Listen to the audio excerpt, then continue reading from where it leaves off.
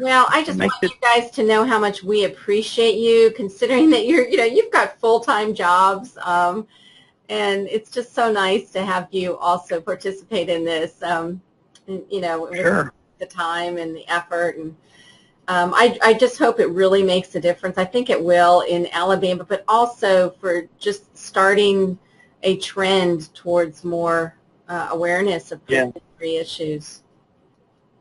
Right. We've got to make. I'm still having a hard time locally trying to make the case for what we're doing. You know, again, my folks under me are not in my county, so I'm still have a lot of skepticism. I'm still fighting, and will continue to do that, I'm sure, long after this year's over with. So that's all right.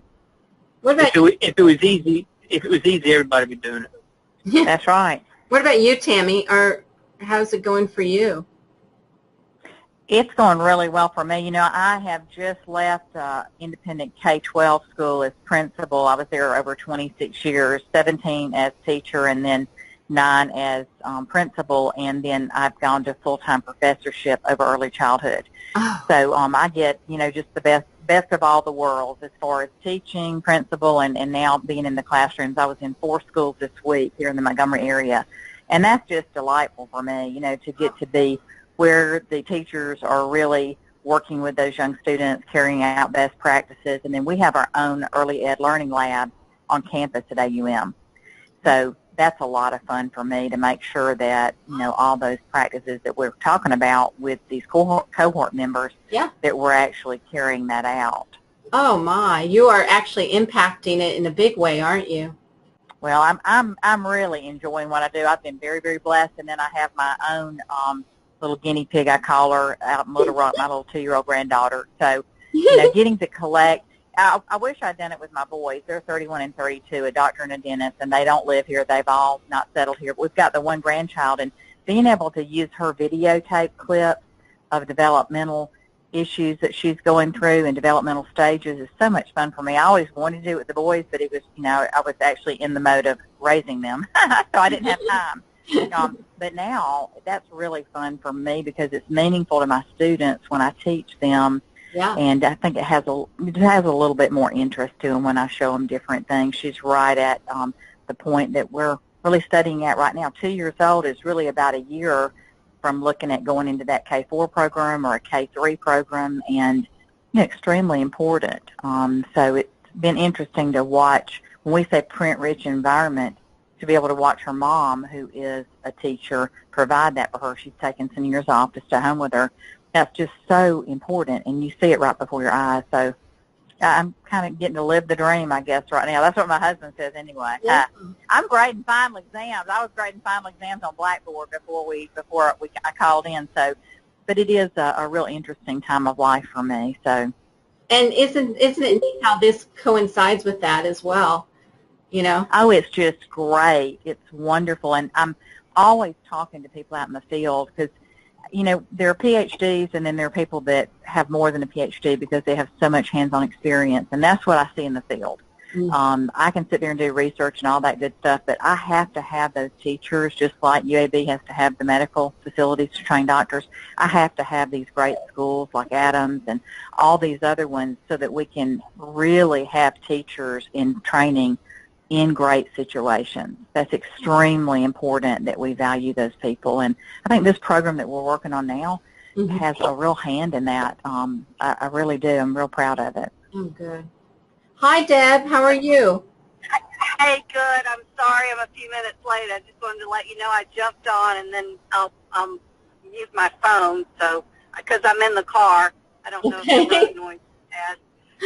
Okay, wonderful. So we have Adam and Tammy and Deborah, and we're waiting for Camille and Tara. And Laura's going to come in a little bit late as well, but she'll be here. Let's go ahead and begin. For those of you that have logged in, you can see my PowerPoint slides. But first of all, let me just say how thankful and how much we appreciate you and everything you do, that you are doing in this program to improve pre-K-3 leadership in Alabama. We were just talking a few minutes ago about the impact that you can have in your communities and in the state, the great work that you're doing, and making sure that it's communicated out to a greater audience.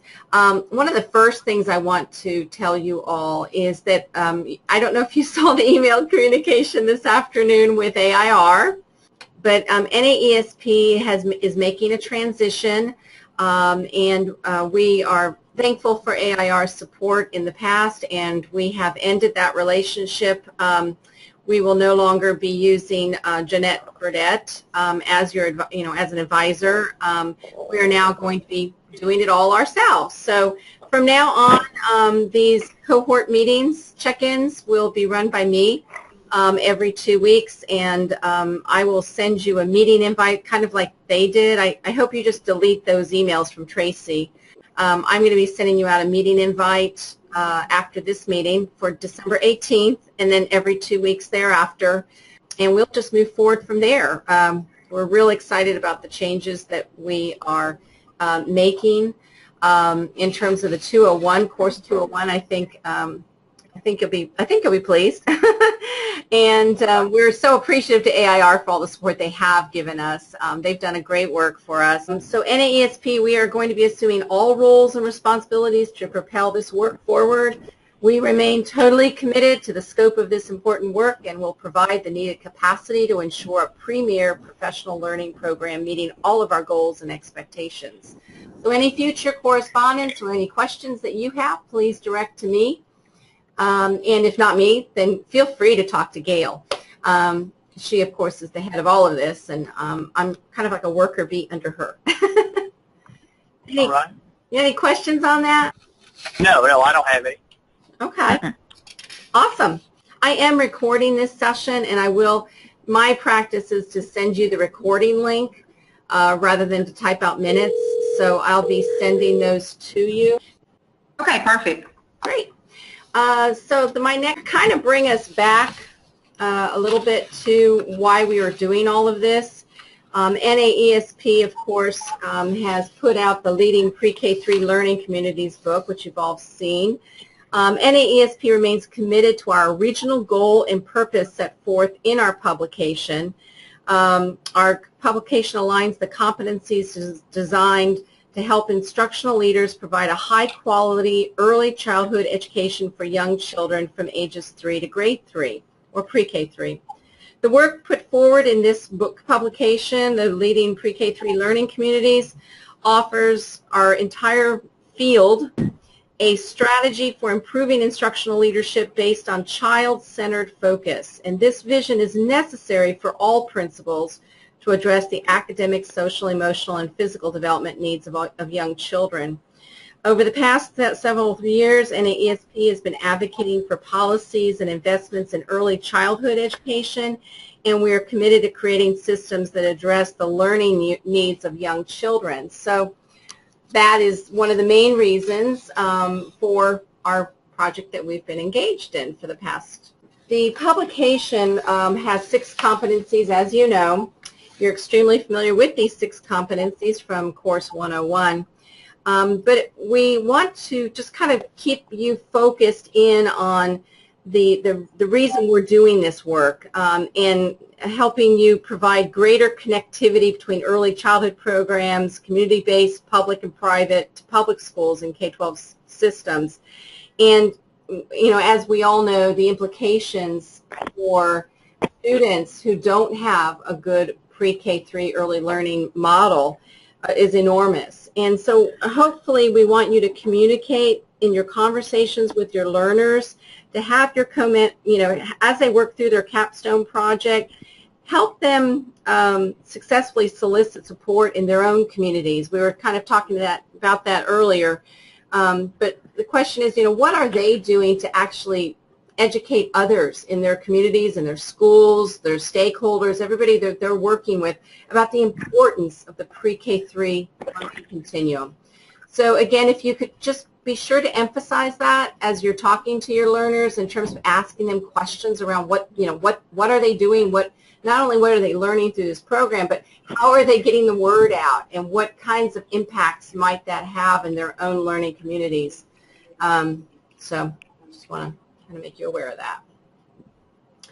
The time survey. Last Wednesday, all cohort members were sent an email asking for their reflection on Course 101, and specifically the time that they spent on the first section on those lessons. If you would please ensure that each of your advisees received that information, and encourage them to respond to the survey no later than December 15th. The time survey for the participants is a little different than the one that I sent you. We asked them about the average time that they're spending on each lesson. Hopefully they're done with their lessons. I'll ask you to each report out on that, what you know. And we've asked them what the most beneficial component of Course 101 was, as well as what was the most challenging part of Course 101. And then we've asked them for suggestions to improve or enhance Course 101. So again, if you just remind them, put a bug in their ear that December 15th, we need all of their survey comments completed. In addition, we also sent you last week, hopefully you received it, the time survey for advisors. And that survey for you looks much like the cohort members, but it relates specifically to your role as an advisor. And if you would, we've asked you again, what's the average time that you spent in Course 101 communications and your assignment reviews with your advisees? What was the most beneficial component of your advisory experience? And what was the most challenging part as an advisor? And then, of course, we ended with any suggestions or recommendations that you have for improving the advisory experiences. We'd love to have them. Please know that we really, really do value your input and suggestions. I know this is a pilot program, but we value your recommendations and feedback. It's something that we need from you, so we're very appreciative of when we get that. So feel free to put that information in the time survey for advisors, or if you need to, just send a direct email to me or directly to Gail, and we would love to talk to you. So that deadline for you is also December 15th.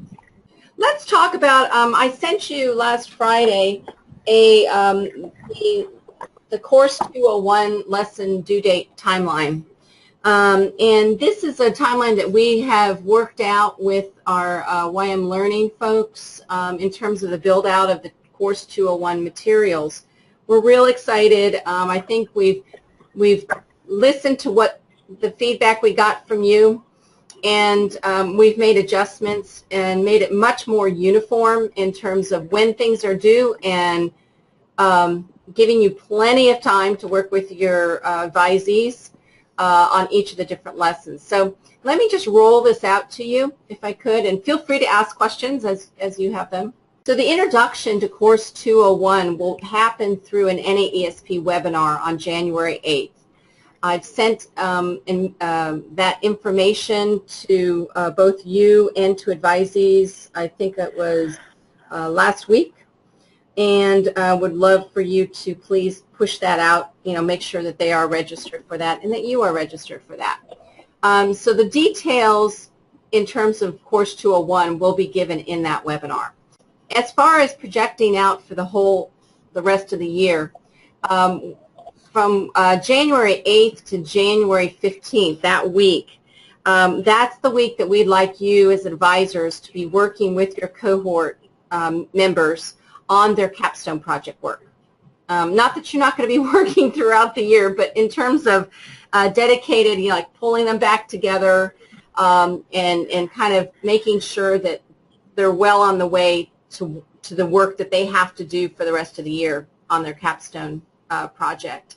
I sent you last week a Word version of the capstone project instructions. Did you all get that? Yeah, I did. Yeah, good. Okay, excellent. We realized, again, from feedback from you, that was in a PDF, and so it might, the cohort members weren't able to actually type in, and so we made it into a Word document. So now it should help them a lot in terms of typing in things or modifying things or whatever in terms of those charts. I hope that you will use those with your advisees. We also have a webinar that Deb Baker did with her cohort, giving instructions to advisees, and I'll be happy to send that to you if you would like to pass that, to share that with your advisees.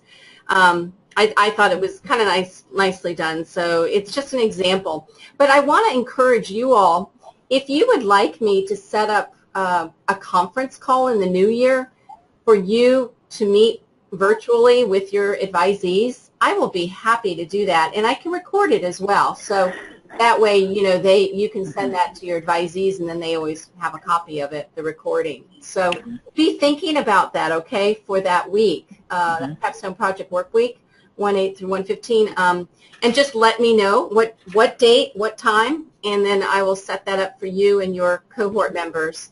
It's kind of a nice way to start the new year, and virtual is just as easy. So, and I'll be happy to do that. So, okay. Moving on, lesson 1. So there's going to be 6 lessons for each competency.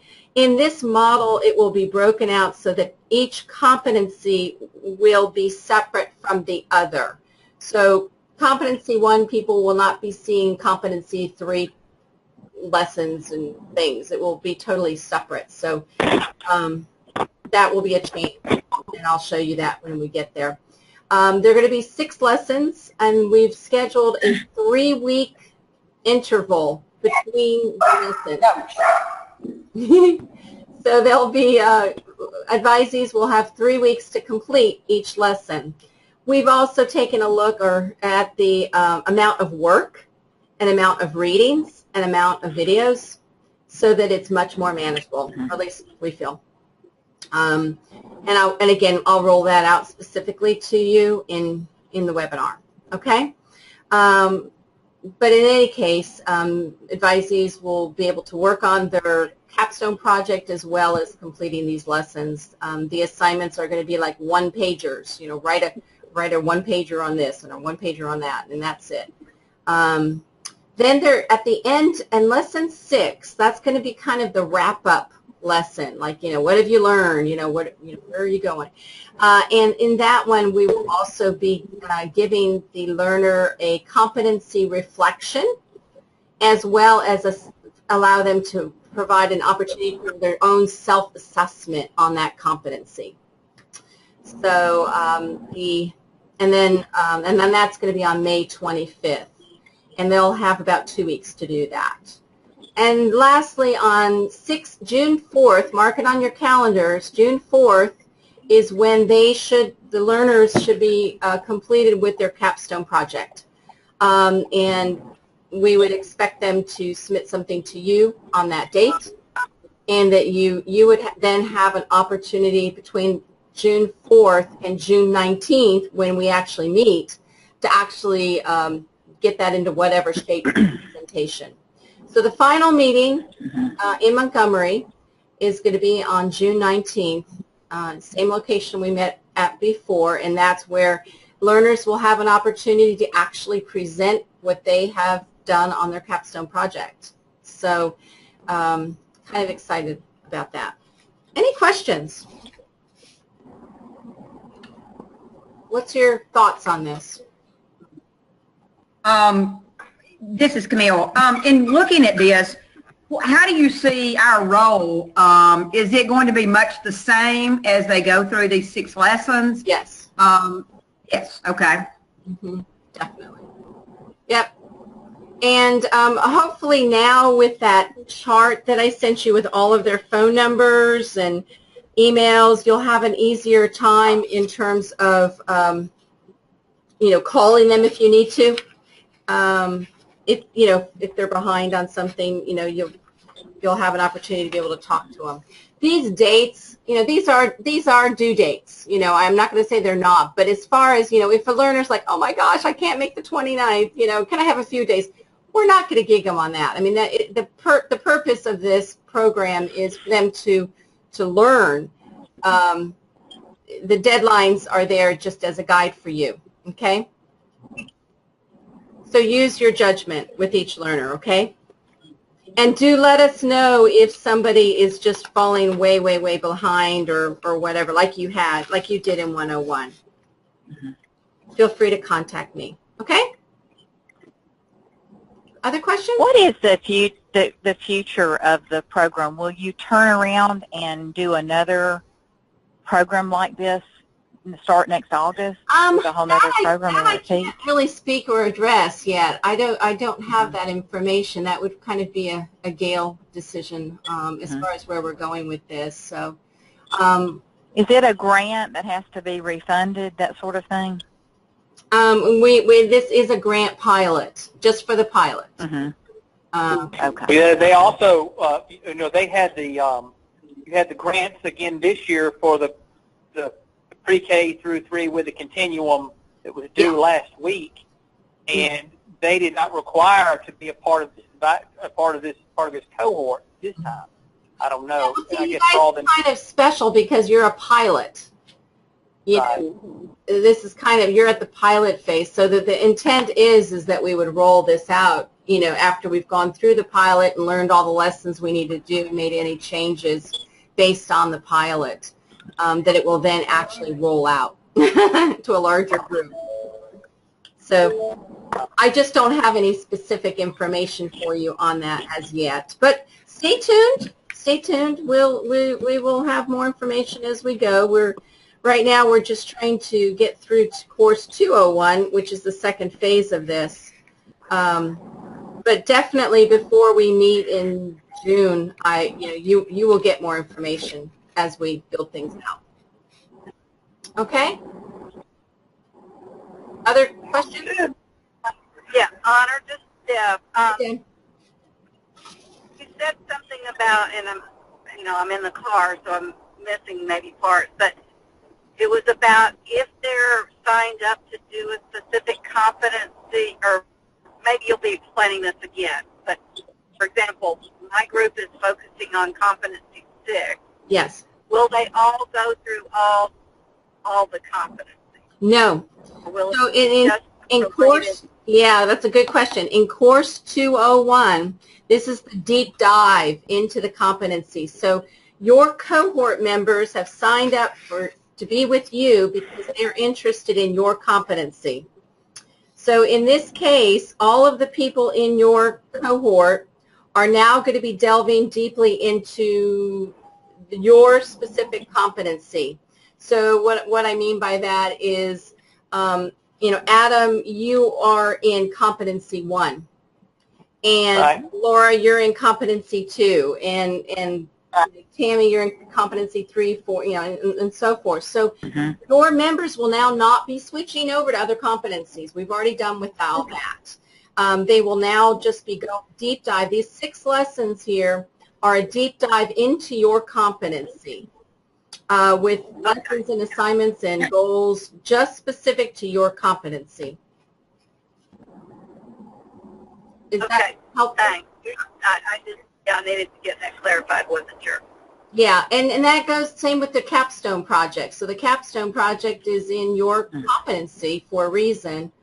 And so in course 101, that's more of an overview about, for them to learn about what's in all the competencies 1 through 6.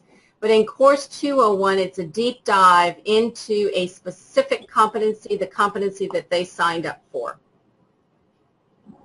And I have a question as well as far as the capstone project. So I have 2 people that are working together. I'm sorry, who is this? Who is this that's talking?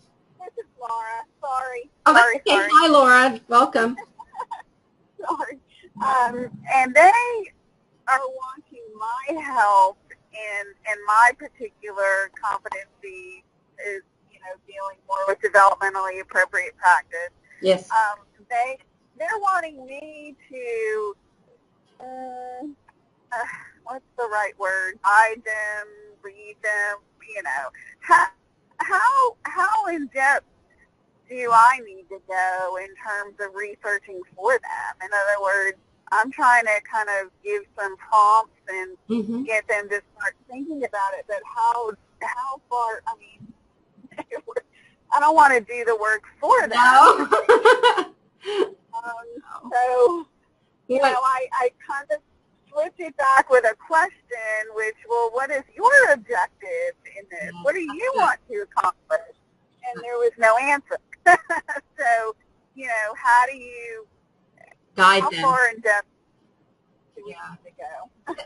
Let's. I'm going to let the rest of you respond first. I mean, how are the rest of you dealing with your learners in terms of guiding them into their problem of practice? Well, I haven't had. Yeah. Go ahead. No, well, problem of practice, nobody's turned in the whole packet yet. I have one person who's maybe getting pretty close, but with the problem of practice, it took some pretty detailed conversation individually, a couple of mine, to actually hammer that out. And because I was getting nothing back going with emailing. So I would ask questions and, you know, I'm getting nowhere. So I just And we lost her. I'm sorry, am I still there? Yeah, now you are. I lost you? Just a little bit. No. Oh, okay, sorry. Okay. Yeah, went through some kind of little deal here.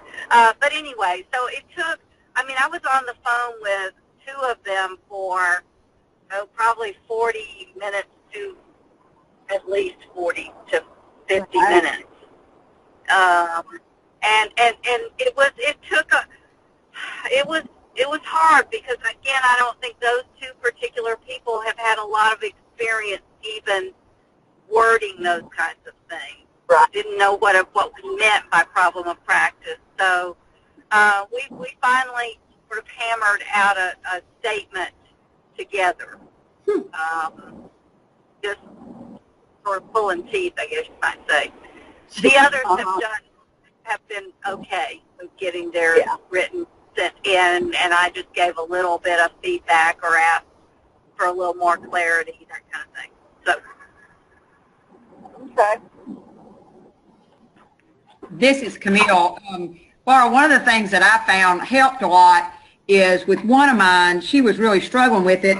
And so I had her write down, you know, make a list of the things that she didn't like, the things that she felt like were missing.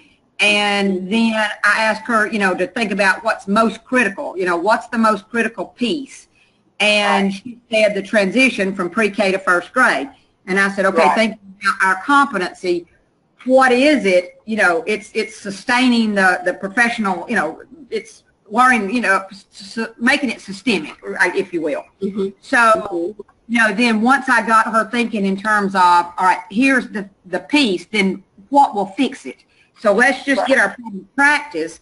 And so I did kind of write about, based on what she wrote back, I wrote about 3 different statements and questions, giving her examples of the way she might do it, but they were wanting to put their activities into that, you know, so just problem of practice, it just helped, you know, once they, you know, wrote down the things that they felt like were the issues, the critical issues, and then what was most important and what would be the most important to address, then I helped her kind of write the statement the way it needed to be written. Nice. Right. That's good. And did you have something, Adam? How are you working with your folks? I mean, just fine. We just had some clarification issues going through, but I worked it out with them so far. Okay. Any other feedback? I think that's wonderful.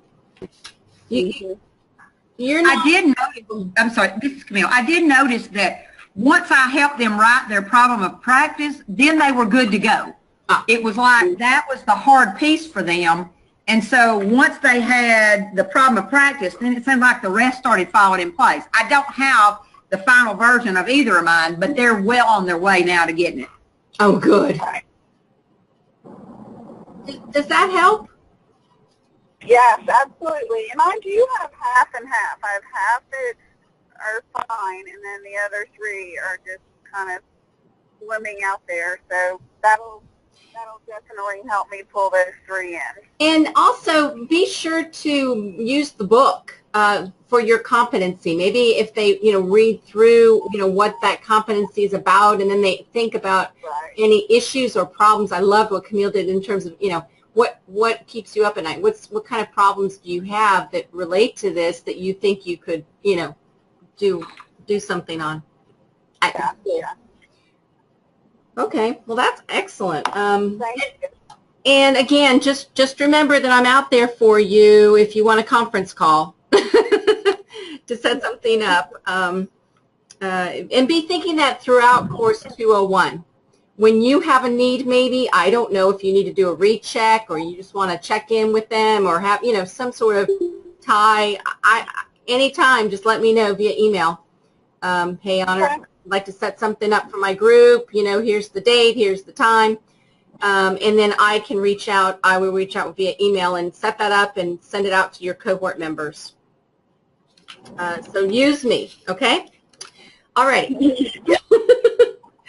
Let's go on. Okay, so the next thing on our list is save the date and pass the word. Okay, again, we mentioned in our last call and in the email that we sent to cohort members last Tuesday, a reminder, please tell your cohort members about registering for the January webinar. We need everybody in on that meeting because it's going to be an important one. And I've sent you the login information here right on the slide, but I've also sent it out via email. Okay. Hopefully that date works with everyone. Let me know if that becomes a big problem with any of your advisees that you hear, okay? Next, capstone project progress. Could we have each of you tell us a little bit about where you're at? I mean, we've already started this, but if you could just be a little succinct on where are you with your learners on the capstone progress. So this is Laura again. Obviously, I have 3 that are pretty strong, moving along really well, and then I have 2 that are struggling, and then which I'm working with them, and then 1 who I'm trying to pull, along. So again, half and half. Okay. And you have some ideas now for moving forward with them. I would love it if you could at least talk to them before the January meeting that week. Right. So that when they hit the January week that they'll be kind of set and we'll be able to give you an outline of what their plans are for the rest of the year. Yeah. Okay, Deborah?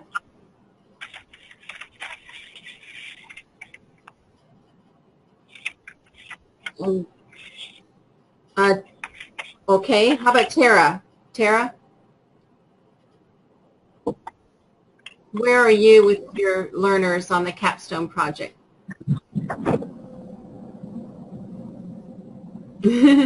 Okay. How about Adam? I've got about, of my 4, I've got 2 that are progressing quite well on it. Other 2, I'm still kind of helping out a little bit. But we're getting there. Just like I said on the meeting last time, I get folks are at kind of different levels, but they'll make it to in the end. Awesome. Tammy. Oh, Tammy might have gotten off the phone. Okay. And then Camille, anything to add to what you've already said? No, just I have 3, and one of them has dropped out, and I cannot get any communication from her. The other 2, have got their framework, and they've just got to flesh it out. They're well on their way. Okay, that's great. Who was it that dropped out? Was that Vanetta? Vanetta, yes. Yeah, okay. Thank you. That's what I thought, but I just wanted to confirm. Yeah. Okay, wonderful. Deborah, are you with us? Okay. All right, anybody else for the good of the order? All right. Well, we'll reconnect later on that with the others. So again, I want to ask you basically, how can NAESP help you? What, as you think and reflect on 101 and what worked and what didn't work, and where you might need support from us. I know these meetings are going to be every 2 weeks, but I do hope that you will give it some thought as far as what we can do here to partner with you and to be your support as you work forward with your cohort members. We are always open for suggestions, and we welcome your feedback, input, ideas, and comments at any time. Please reach out to me or Gail if you need any help and if you have any thoughts. And again, I look forward to any conference call, the things that you need, or if there's somebody you're trying to reach via phone and you have not had any success, let me know via email and I'll put a bug in their ear as well. Okay, so in other words, I guess what I'm saying is that we're totally committed to you and we're here to support you, and one of my jobs in this coming year is to make sure things run a little bit smoother for you so that you will be happier. Any final thoughts as we move forward? You know, we're transitioning now from 101 into 201. Any thoughts or questions? Just keep on, like that, having our phone calls. Awesome. Okay. Yeah, and I think one of the things that I thought, you know, in terms of the whole process, if we really had a good begin with the end in mind back in the fall, but also in June, I know there's going to be, maybe not right this minute, but there's going to be angst into the presentation, what that looks like, the expectations for how that's presented. Okay. I just want to make sure that it's real clear, that I can be real, you know, helpful to my participants, that are real clear on what it is that we're going to do in June, what that looks like, yeah. What are the expectations, is it a PowerPoint, is it stand up and talk for 2 minutes, that sort of thing. That's excellent. Yeah. I totally agree. This is Laura, and obviously in higher ed, everything we do, we have a rubric for, you know, this is what's expected, you know.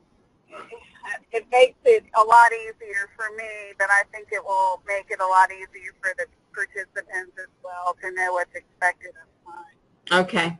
That's a great idea. Yeah, I agree with you totally.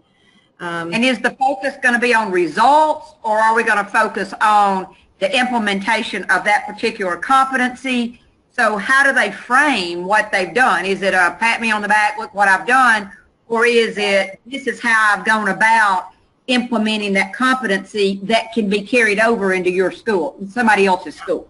And I think some of that will depend on what the problem of practice is.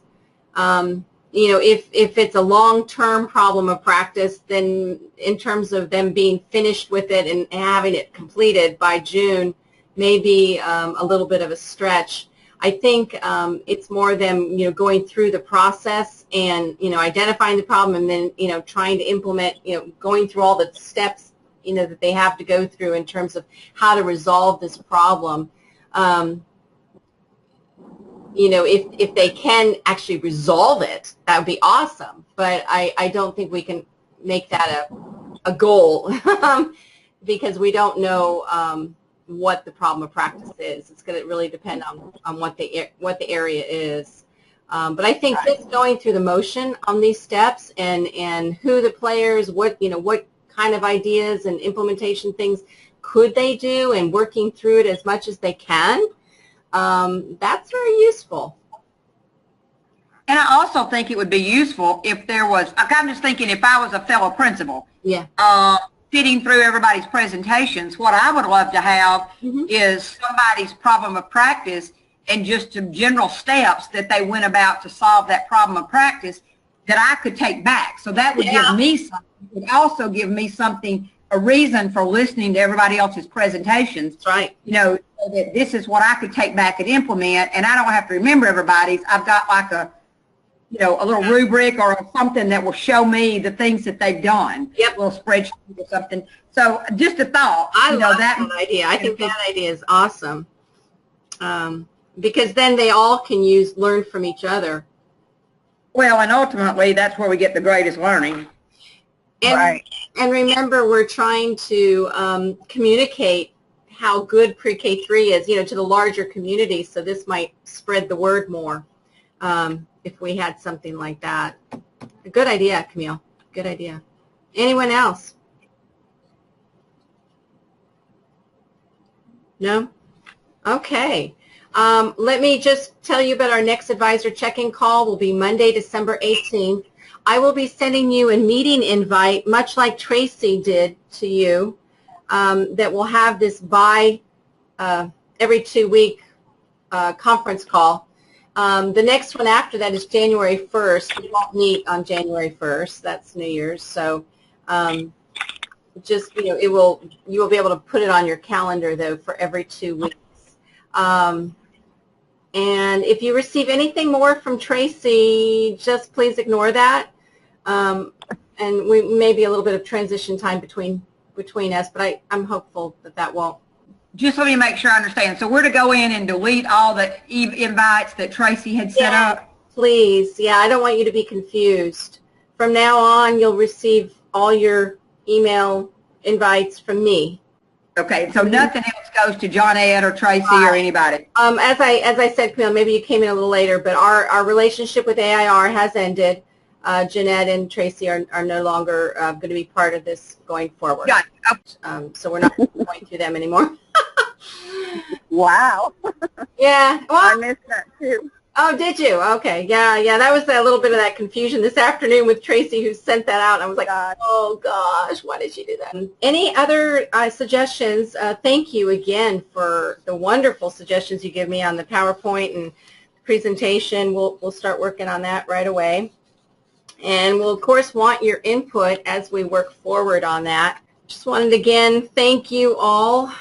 We are your support team, me and Gail. And we want to thank you again for really paying it forward in this whole project. I loved what Camille said. Look at, walk through this with the end in mind. And the end, of course, is to get the communication out about pre-K3 and how to utilize this wonderful knowledge and research and all the things they're learning to educate people and to win people over to the need for more intensive pre-K3 training.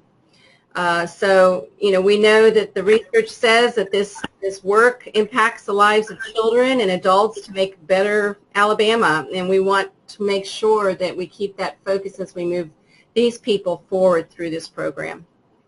Please let me know and Gail know if we can further assist you in this journey that we're on for the next 6 months.